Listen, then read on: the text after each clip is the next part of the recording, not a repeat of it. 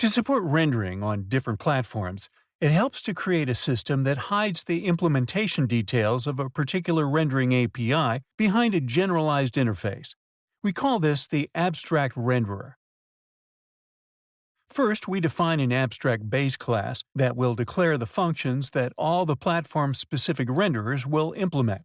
The functions in mind mirror the functionality of OpenGL, so you will see functions for creating buffers, rendering points, lines, and models, as well as setting the rendering mode and updating shader variables.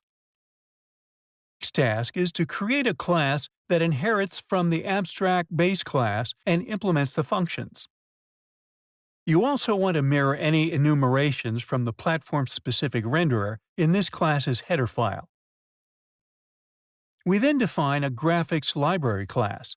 This is the class that will be used to call the implementation-specific functions indirectly. It uses the singleton design pattern and holds a pointer to the abstract base class that can be dynamically allocated to any concrete implementation at runtime. I use preprocessor definitions to determine which concrete definition is instanced.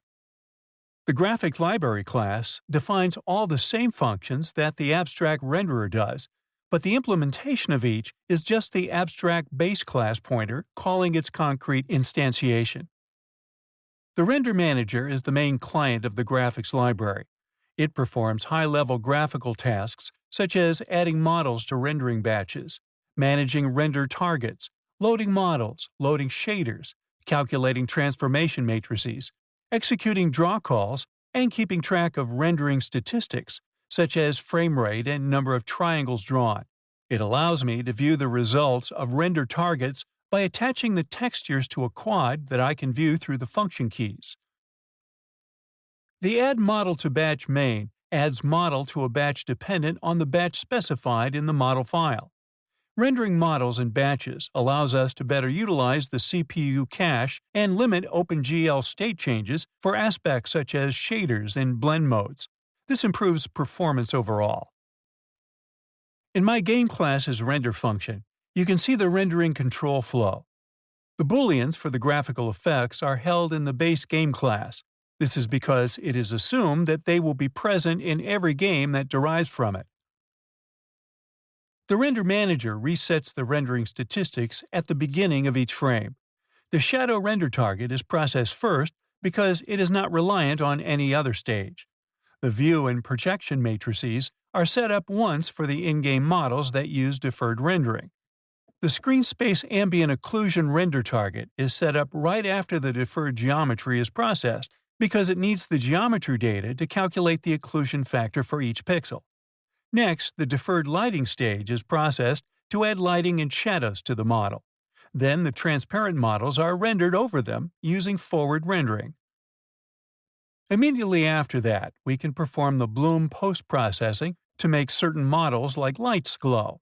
Any models you don't want to glow but are bright enough to be caught by the bloom pass can be processed in the bloom excluded stage. If you want to create an effect, such as screen space reflections, you would perform this next, then render the reflection receivers after, using the reflection texture that was just created.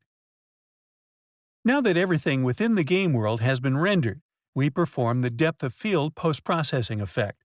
We then take that result and apply it to the frame buffer I call the main view. If fast approximate anti-aliasing is enabled by the viewer, we bind the shader for it when we render the main view. Otherwise, we bind a shader that just draws the texture from the previous stage directly. The front end is rendered after the main view so that the HUD elements are visible in-game. Finally, the fade screen is rendered last so we can fade to black between front-end screens.